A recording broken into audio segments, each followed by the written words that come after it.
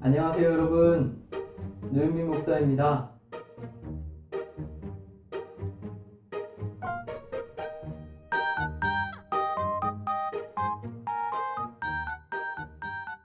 코로나19 중에 여러분들 몸과 마음 강건하고 또 하나님께서 여러분들 삶의 자리자리와 또 여러분들 가정 모두를 지켜주시리라 믿고 기도합니다.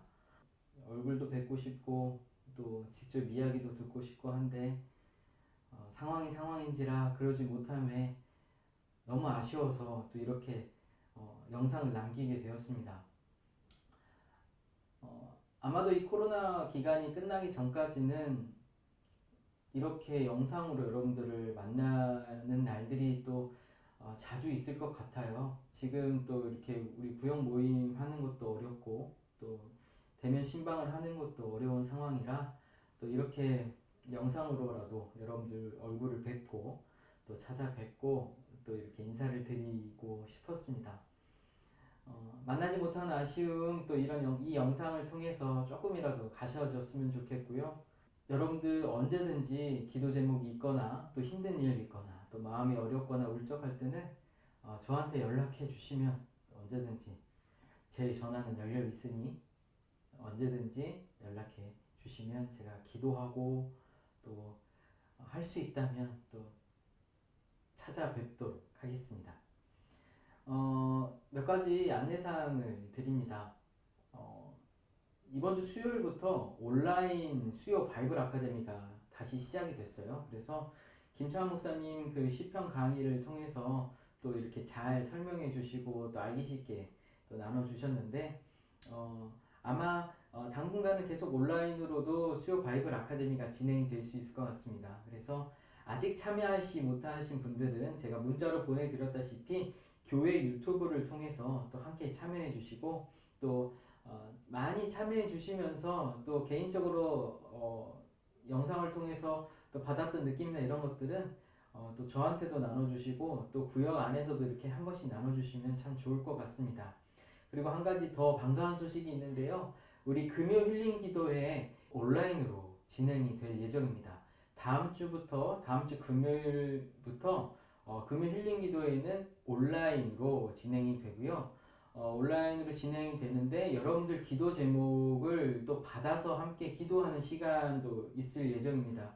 그러니 기도 제목이 있으신 분들은 저한테 꼭 보내주시고 그러면 저도 여러분들 위해서 기도하고 또 그 기도 제목을 또 인도하시는 목사님 또 기도회를 이끌어 가시는 박종민 목사님께 전달해 드려서 또 그 기도의 시간 안에서 기도의 제목들이 공유가 되고 또 함께 기도할 수 있도록 하겠습니다.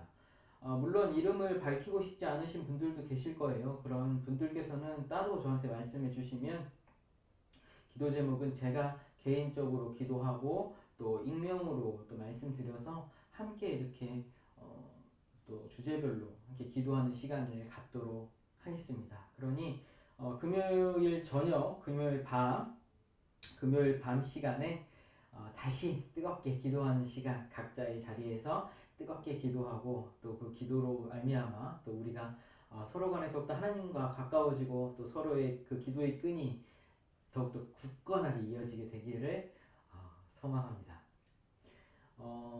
그리고 앞으로는 매주 금요일 이렇게 온라인으로 여러분들 찾아뵐 예정이에요. 온라인으로 지금 이제 대면이 어렵고 또 신방도 어려운 상황인지라 또 구역 모임이 특히나 어렵잖아요. 그래서 이 영상을 통해서 제가 여러분들 구역 모임에 참여를 하고 또 각 구역은 이 영상을 통해서 함께 나누고 또 함께 카톡을 통해서든 무엇을 통해서든 기도 제목이랑 또 말씀 받은 내용들 함께 나누면 또 삶도 나눠주시면 참 좋을 것 같습니다. 그래서 매주 금요일 아침에 이 영상이 올라가게 될 거고 수시로 또 영상을 와서 봐주시면 되겠습니다. 특별히 한 가지 부탁드리고 싶은 것은 그 댓글을 남겨주셨으면 좋겠어요. 뭐 궁금한 것이든 아니면 근황이든 여러분들 구글 아이디로 로그인을 하셔서 또 이렇게 댓글도 남겨주시고 또 반갑습니다 어쩌다 뭐 근황도 남겨주시고 하면은 훨씬 더 좋을 것 같습니다. 하나님께서 오늘 우리에게 주신 말씀은 예레미야 26장 1절에서 15절까지 말씀입니다. 제가 읽겠습니다. 유다의 왕 요시아의 아들 여호와김이 다스리기 시작한 때에 여호와께로부터 이 말씀이 임하여 이르시되 여호와께서 이와 같이 말씀하시니라. 너는 여호와의 성전뜰에 서서 유다 모든 성읍에서 여호와의 성전에 와서 예배하는 자에게 내가 내게 명령하여 이르게 한 모든 말을 전하되 한마디도 감하지 말라. 그들이 듣고 혹시 각각 그 악한 길에서 돌아오리라. 그리하면 내가 그들의 악행으로 말미암아 그들에겐 재앙을 내리려 하던 뜻을 돌이키리라.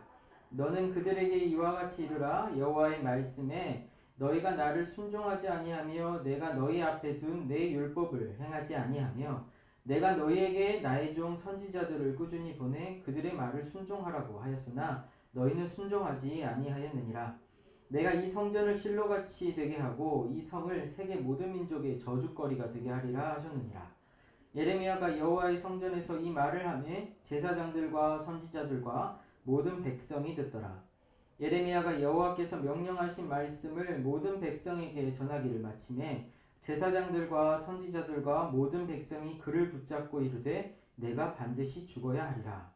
어찌하여 내가 여호와의 이름을 의지하고 예언하여 이르기를 이 성전이 실로같이 되겠고 이 성이 황폐하여 주민이 없으리라 하느냐 하며 그 모든 백성이 여호와의 성전에서 예레미야를 향하여 모여드니라.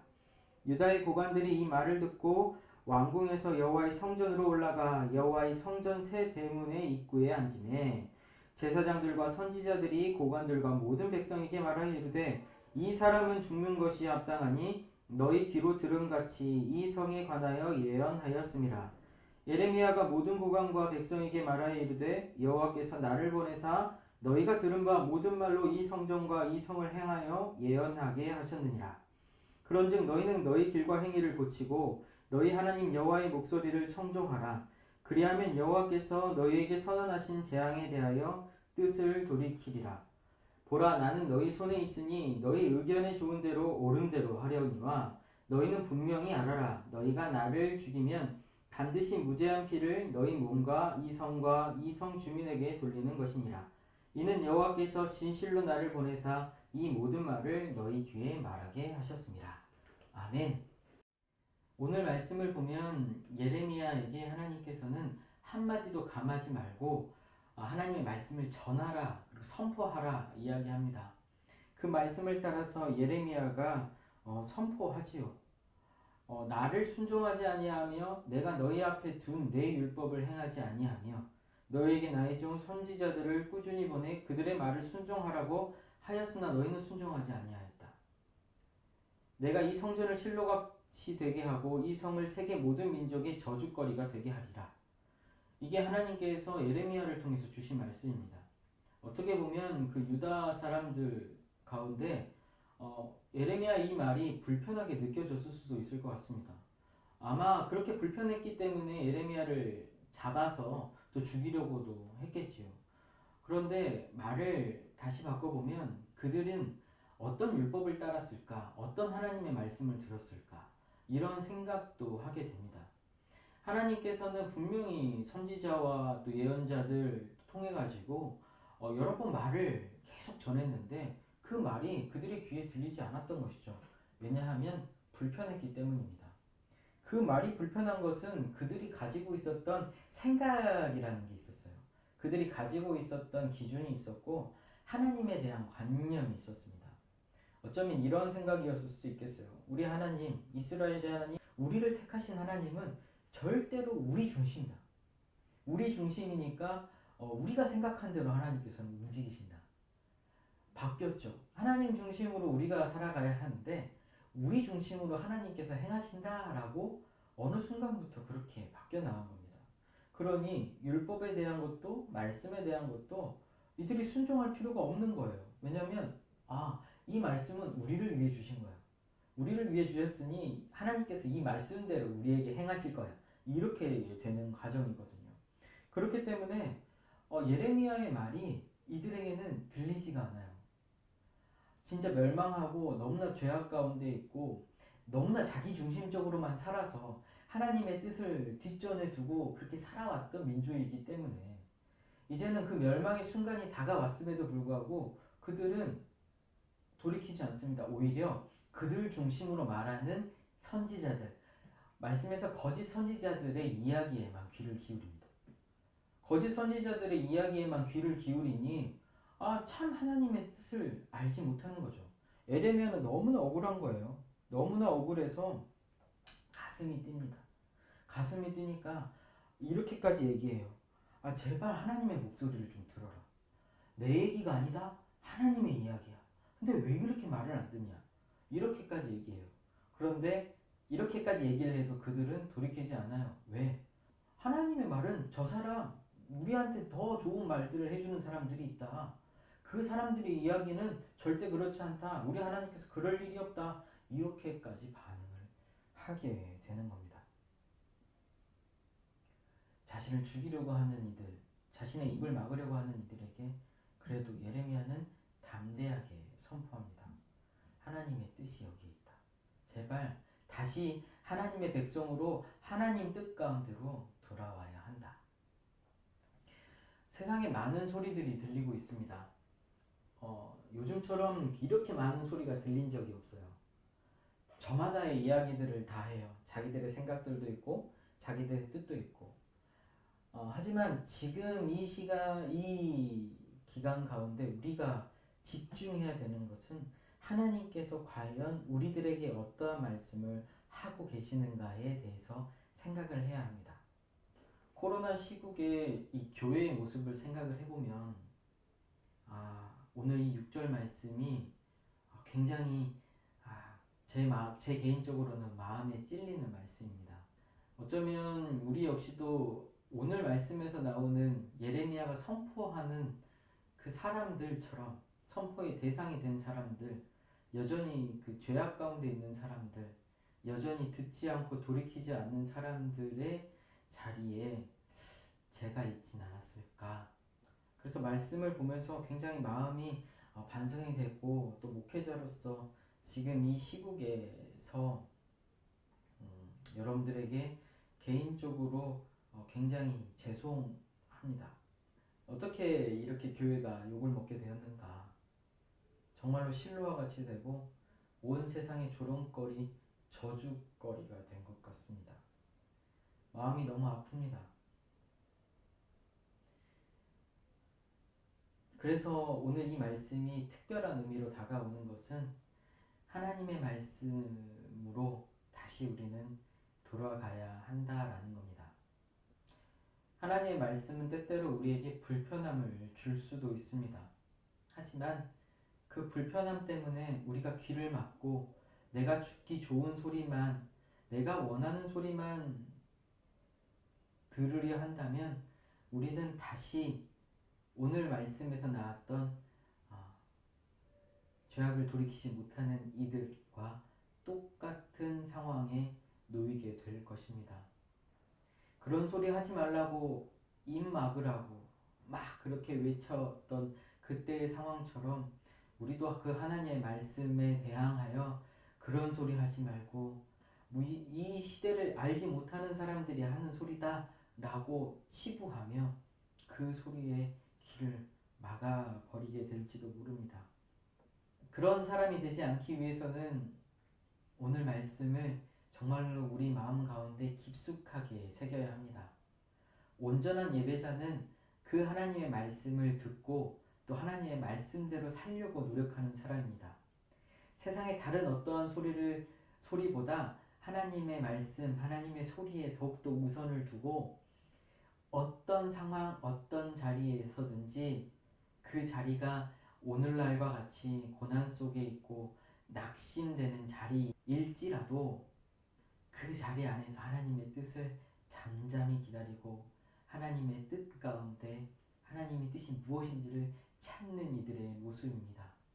특별히 우리 교회가 지역사회와 또 성도들을 위해서 예배당에서 모이지 않는 것, 하나님을 사랑하는 마음으로 이웃을 사랑하는 것, 그것이 이웃의 안전을 지키는 것이라고 생각했을 때 많은 사람들이 모이는 것이 자칫 위험할 수 있기에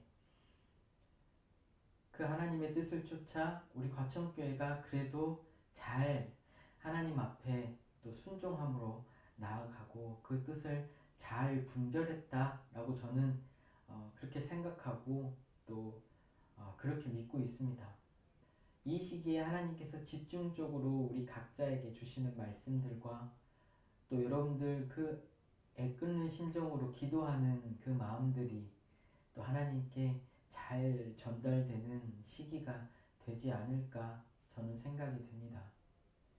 목회자로서 또 이러한 상황 속에 교회가 욕먹는 것이 너무나 부끄럽지만 그래도 다시 하나님께로 돌아갈 수 있는 기회가 될 수도 있겠다라는 희망을 가지고 또 이렇게 함께 오늘 말씀을 나눕니다. 사랑하는 여러분, 어느 자리에 있든지 또 여러분들 혹 지금 교회 다닌다, 그리스도인이라는 사실을 또 외부에 말하는 것이 또 부끄럽기도 하는 시기이기도 하겠지만 그럼에도 불구하고 정말로 하나님과의 그 끈을 놓지 마시기 바랍니다. 여러분들 각자의 삶 가운데 그렇게 하나님께서 위로하시는 그 위로의 말씀을 놓지 마시고 또 하나님께서 힘든 가운데 힘 주시는 하나님의 말씀을 놓지 마시고 이 어려운 시기 더욱더 말씀에 집중하며 또 기도에 집중하며 또 서로가 서로에 향한 그 사랑에 집중하며 또 함께 이 시기 잘 이겨나가면 좋겠습니다. 사랑하는 아버지 하나님, 예레미야의 때가 오늘 다시 반복되는 것 같아 참 마음이 아픕니다. 그동안 정말로 주님을 잘 섬긴다, 그리고 모범적으로 섬긴다 생각했지만 이렇게 무너지는 현실 앞에 다시 하나님의 뜻이 무엇이었는지 혹 하나님의 말씀에 귀를 기울이기보단 우리 마음의 소리에 더욱더 귀를 기울이진 않았는지 우리의 욕망을 쫓아 살아가진 않았는지 우리 자신들을 돌아보며 다시 하나님께로 집중하며 돌아갑니다. 하나님, 예레미야를 통해 주셨던 말씀처럼 오늘 이 말씀을 통해 우리 각자의 심령 가운데 주시는 하나님의 말씀을 따라 또 살아가는 우리가 되게 하여 주시옵시고 참으로 실로처럼 또 저주거리가 되고 또 무너져 가고 있는 이 현실 속에 주님 한 줄기 빛으로서 정말로 주님에 향한 그 희망 품고 다시금 우리가 그 무너진 터에서 굳건히 새롭게 설 수 있도록 새 힘을 불어넣어 주시옵소서. 코로나19로 힘들어하고 있는 우리 교구 식구들 한 명 한 명을 주님께서 붙잡아 주시옵시고 그 가정의 어려움 주님께서 헤아려 알게 하여 알아주시고 빠져나갈 구멍과 또 이겨나갈 힘과 굳건하게 다시 세워갈 수 있는 지혜를 더하여 주셔서 이 어려운 시기 정말로 포기하고 절망하고 낙심하지 않도록 우리 교구 식구들 한 명 한 명의 삶을 붙들어 주시고 또 기도하는 모든 기도의 제목들이 더욱더 주님 앞에 깊은 기도가 되어서 주님 뜻에 합당한 기도가 되게 하시고 주님께서 그 기도의 제목들마다 속히 응답하여 주시옵소서. 얼굴을 마주할 수 없기에 이렇게 영상으로라도 얼굴을 봅니다. 주님, 이렇게 만나는 모든 식구들 주님께서 정말로 안전함과 또 몸과 마음을 지켜주시고 앞으로의 삶 가운데 또 이 어려운 시기 버텨나갈 때 정말로 주님의 말씀을 따라 매일의 삶 가운데 주님을 발견하는 우리 모두가 되게 하여 주시옵소서. 주님을 믿고 의지합니다. 주님께로 다시 돌아갑니다. 다시 주님 앞에 섭니다. 우리를 받아 주시옵소서. 예수님의 이름으로 기도드리옵나이다. 아멘. 여러분 힘내시고요. 또 사랑합니다. 진짜 보고 싶은데요. 여러분들 이렇게 얼굴 보시면 저한테 카톡으로라도 여러분들 사진 하나씩 보내주시면 참 좋을 것 같습니다. 한 주도 힘내시고요. 다음 주 금요일에 또 뵙겠습니다. 여러분들 힘내십시오. 화이팅! 보고 싶어요. 안녕히 계십시오. 다음 주에 봬요.